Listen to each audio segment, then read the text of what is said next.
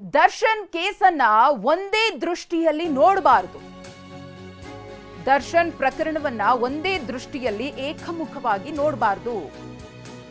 ದರ್ಶನ್ ಏನ್ ಮಾಡಿದ್ರು ಅಂತ ಹೇಳೋದ್ರ ಜೊತೆಗೆ ರೇಣುಕಾಸ್ವಾಮಿಯು ಏನ್ ಮಾಡಿದ್ದ ಅದನ್ನ ನೋಡಬೇಕಾಗುತ್ತೆ. ಒಂದೇ ದೃಷ್ಟಿಕೋನದಲ್ಲಿ ನೋಡಬಾರದು. TV9ಗೆ ಸಿನಿಮಾ ನಿರ್ದೇಶಕ ಗುರು ದೇಶಪಾಂಡೆ ಕೊಟ್ಟಿರುವಂತಹ ಹೇಳಿಕೆ ಇದು. ಕಾನೂನಿನ ಅಡಿಯಲ್ಲಿ ಏನಾಗುತ್ತೋ ಕಾದ್ ನೋಡೋಣ ಎಂದಿದ್ದಾರೆ. ಇವಾಗ ತಾನೇ ಶುರುವಾಗಿದೆ. ಯಾರು ಇದನ್ನು ಮಾಡಿರೋದಂತ ಏನು ಡಿಸೈಡ್ ಏನಾಗಿದೆಯಲ್ಲ, ಅದರಿಂದ ನಾವು ಅದನ್ನು ಮಾಡೋಕ್ಕಿಂತ ಮುಂಚೆನೇ ಬಂದ್ಬಿಟ್ಟು ಇವರೇ ಮಾಡಿಬಿಟ್ಟಿದ್ದಾರೆ ಅಂತ ನಿರ್ಧಾರ ತಗೊಳ್ಳೋದು ತುಂಬ ರಾಂಗ್ ಮೆಸೇಜ್ ಅದು ಸಮಾಜಕ್ಕೆ ಕೊಡೋದು. ಇನ್ನೊಂದು ಏನಾಗಂದರೆ, ಈ ಮಟ್ಟಿಗೆ ಒಂದು ಮರ್ಡರ್ ಆಗಿದೆ ಅಂತಂದರೆ ಒಂದೇ ವ್ಯೂ ಪಾಯಿಂಟಲ್ಲಿ ಕೇಸ್ ನಡಿಬಾರ್ದು. ಅವನ ವ್ಯೂ ಪಾಯಿಂಟಲ್ಲಿ ಸತ್ತಿದ್ದಾನಲ್ಲ, ಸತ್ತಿರೋ ಅನ್ನೋ ಪಾಯಿಂಟ್ ಆಫ್ ವ್ಯೂಲಿ ಏನು ತಪ್ಪಾಗಿದೆ ಅಲ್ಲಿ. ಯಾರು ಎಲ್ಲರೂ ಮಾತಾಡ್ತಿರೋದಂದರೆ ದರ್ಶನ್ ಸರ್ ಹಿಂಗೆ ಮಾಡಿದ್ರು, ದರ್ಶನ್ ಸರ್ ಹಿಂಗೆ ಮಾಡಿದ್ರು, ದರ್ಶನ್ ಹಿಂಗೆ ಮಾಡಿದ್ರು ಅಂತ ಮಾತಾಡೋದು. ಆ ಮಟ್ಟಿಗೆ ಹೋಗ್ಬೇಕಪ್ಪ ಅಂದ್ರೆ ಅವನೇನು ಮಾಡಿದ್ದಾನೆ ಅದನ್ನು ಬೇಕಲ್ವ ಪಾಯಿಂಟು, ಅದನ್ನು ಪಬ್ಲಿಕ್ಕಿಗೆ ಗೊತ್ತಾಗಬೇಕಲ್ವ, ಅದನ್ನು ಹೇಳ್ಬೇಕಲ್ವ. ಕೇಸು ಇವಾಗ ತಾನೇ ಶುರುವಾಗಿದೆ. ಯಾರು ಇದನ್ನು ಮಾಡಿರೋದಂತ ಏನು ಡಿಸೈಡ್ ಏನಾಗಿದೆಯಲ್ಲ, ಅದರಿಂದ ನಾವು ಅದನ್ನು ಮಾಡೋಕ್ಕಿಂತ ಇನ್ನು ನಟ ದರ್ಶನ್ ಅರೆಸ್ಟ್ ಬಗ್ಗೆ ಕಿಚ್ಚ ಸುದೀಪ್ ಫಸ್ಟ್ ರಿಯಾಕ್ಷನ್ ಕೊಟ್ಟಿದ್ದಾರೆ.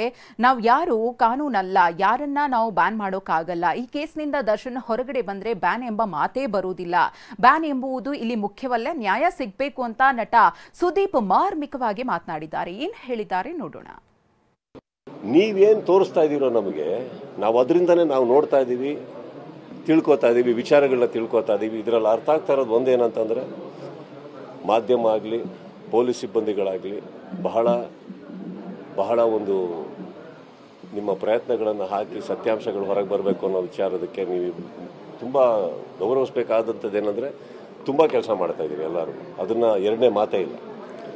ಇದಕ್ಕಿಂತ ಹೆಚ್ಚಾಗಿ ನನಗೆ ಗೊತ್ತಿರೋ ಹಾಗೆ ಇತ್ತೀಚಿನ ನಿಮ್ಮ ನ್ಯೂಸಲ್ಲಿ ನೋಡಿದ್ದು ನಾವು CM ಅವರೇ ಹಠ ಹಿಡಿದು ಕೂತಿದ್ದಾರೆ ಇದಕ್ಕೆ ಅಂತ ಅಂದಮೇಲೆ, ನನ್ನ ಪ್ರಕಾರ ಸರ್, ನಮ್ಮ ಕರ್ನಾಟಕದ ಒಂದು ದೊಡ್ಡ ಸ್ಥಾನದಲ್ಲಿರುವಂಥ ಒಬ್ಬರು ಮುಖ್ಯಮಂತ್ರಿಗಳು, ಮಾಧ್ಯಮದವರು, ಪೊಲೀಸ್ ಸಿಬ್ಬಂದಿಗಳು ಕರೆಕ್ಟಾಗಿ ಕೆಲಸ ಮಾಡ್ತಾ ಇದ್ದೀರ ಅಂದಾಗ ನನಗೆ ಬೇಕಾಗಿರೋದೊಬ್ಬ ಕಾಮನ್ ಮ್ಯಾನ್ ಆಗಿಸಿ, ಇವಾಗ ಕಲಾವಿದರ ಹೆಸರಾಗಿ ಇನ್ನೊಬ್ಬರ ಹೆಸರು ಬರೋಲ್ಲ ಸರ್. ಇಲ್ಲಿ ನನಗೆ ಬರೋದು ಏನಂತಂದರೆ, ನಾವು ಅವ್ರ ಪರ ಇವ್ರ ಪರ ಅಂತ ಮಾತಾಡೋದು ತಪ್ಪಾಗುತ್ತೆ, ವಿರುದ್ಧವಾಗಿ ಮಾತಾಡೋದು ತಪ್ಪಾಗುತ್ತೆ.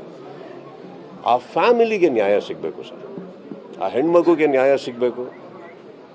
ಎಲ್ಲೋ ಪಾಪ ಓಡಾಡಿಕೊಂಡು ಆ ರಸ್ತೆಲ್ಲ ಹತ್ರ ಬಿದ್ದಿದ್ರಲ್ಲ, ಭಾಳ ಬದುಕಬೇಕಾದ ರೇಣುಕಾಸ್ವಾಮಿಯವರು, ಅವ್ರಿಗೆ ನ್ಯಾಯ ಸಿಗಬೇಕು. ಹುಟ್ಟಬೇಕಾಗಿರೋ ಆ ಮಗುಗೆ ನ್ಯಾಯ ಸಿಗಬೇಕು. ಎಲ್ಲದಕ್ಕಿಂತ ಹೆಚ್ಚಾಗಿ ನ್ಯಾಯದ ಮೇಲೆ ಎಲ್ಲರಿಗೂ ಒಂದು ನಂಬಿಕೆ ಹುಟ್ಟಬೇಕು ಅಂದಮೇಲೆ ಇದಕ್ಕೆ ಒಂದು ಒಳ್ಳೆ ನ್ಯಾಯ ಆಗಬೇಕು. ಇಷ್ಟು ಹೇಳಬಲ್ಲೆ ಹೊರತು ನಮಗೆ ನೀವು ತೋರಿಸಿರೋದು ನಮ್ಗೆ ಹೊರತು ಏನು ನಾವು ನೋಡ್ತೀವಿ. ಆ್ಯಕ್ಚುಲಿ ಪ್ರತಿಯೊಂದು ನಮಗೇನು ವಿಚಾರ ಗೊತ್ತಿದೆಯೋ, ನಾವೇನು ಸ್ಟೇಷನ್ ಒಳಗಿಲ್ಲ, ನಾವೇನು ಯಾವ ಸ್ಥಳದಲ್ಲೂ ಇಲ್ಲ. ನೀವೇನು ತೋರಿಸ್ತಾ ಇದ್ದೀರಿ ಅದನ್ನು ನೋಡ್ತಾ ಇದ್ದೀವಿ ನಾವು. ಭಾಳ ಸ್ಪಷ್ಟತೆಯಲ್ಲಿ ಹೇಳ್ತಾ ಇದ್ದೀರಿ. Of course sir, everybody's heart goes out to that family, and not only that family. ಏನೋ ಸರ್, ಅದೇನೋ ಸರಿ ಕಾಣಿಸ್ತಾ ಇಲ್ಲ ದ ಹೋಲ್ ಅಟ್ಮಾಸ್ಫಿಯರ್. ಆ್ಯಂಡ್ ಇದಕ್ಕಿಂತ ಹೆಚ್ಚಾಗಿ ಚಿತ್ರರಂಗಕ್ಕೆ ಒಂದು ನ್ಯಾಯ ಸಿಗಬೇಕಾಗಿದೆ ಸರ್ ಇವತ್ತು. ಕಾರಣ ಏನಂತಂದರೆ, ಇದು ಯಾವುದೋ ಚಿಕ್ಕ ವಿಚಾರ, ಯಾವುದ್ಯಾವುದೋ ವಿಚಾರಗಳು ನಡೀತಾ ಇರೋದೇನಿದೆ, ಚಿಕ್ಕ ವಿಚಾರಗಳು ನಾನು ಹೇಳ್ತಾ ಇರೋದು ಹಿಂದೆಯಿಂದ ತೊಗೊಂಡ್ರು ಪ್ರತಿ ಟೈಮಲ್ಲೂ ಚಿತ್ರರಂಗದ ಮೇಲೆ ಏನಾದ್ರು ಒಂದು ಬರ್ತಾ ಇರುತ್ತೆ. ಜನ ಬರಲಿಲ್ಲ ಅಂದರೆ ಚಿತ್ರರಂಗ, ಸಿನಿಮಾ ಚೆನ್ನಾಗಿಲ್ಲ ಅಂತ ಚಿತ್ರರಂಗ. ಅದಕ್ಕೆ ಎಲ್ಲದು ಇವಾಗ ನಡೀತಾ ಇರೋ ಸಿಚುವೇಶನ್ನ ನೋಡೋಕ್ಕೆ ಹೋದರೆ, ಐ ಥಿಂಕ್ ಚಿತ್ರರಂಗಕ್ಕೆ ಒಂದು ಕ್ಲೀನ್ ಚಿಟ್ ಬೇಕಾಗಿದೆ ಇವತ್ತು.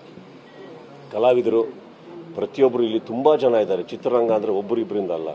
ಏನಾಗಿದೆ, ಇದೆಲ್ಲದಕ್ಕೂ ಒಂದು ತೀರ್ಮಾನ ಸಿಕ್ಕಿ, ಕರೆಕ್ಟಾಗಿರೋ ಯಾರು ಆರೋಪಿಗಳು ಅಂತ ಅಂದ್ಕೊತಾರೋ, ಕರೆಕ್ಟಾಗಿ ಯಾವುದು ಜಡ್ಜ್ ತೀರ್ಮಾನ ಮಾಡ್ತಾರೋ, ಅದೆಲ್ಲ ಸೇರಿ ಒಂದು ನ್ಯಾಯ ಸಿಕ್ಕಿದಾಗ ಎಲ್ಲದಕ್ಕಿಂತ ಹೆಚ್ಚಾಗಿ ಚಿತ್ರರಂಗನೂ ಅಷ್ಟೇ ಖುಷಿ ಪಡುತ್ತೆ ಸರ್. ಯಾಕಂದರೆ ಆ ಫ್ಯಾಮಿಲಿಗಾಗಲಿ ಎಲ್ಲರಿಗೂ ಒಂದು ನ್ಯಾಯ ಸಿಗಬೇಕು.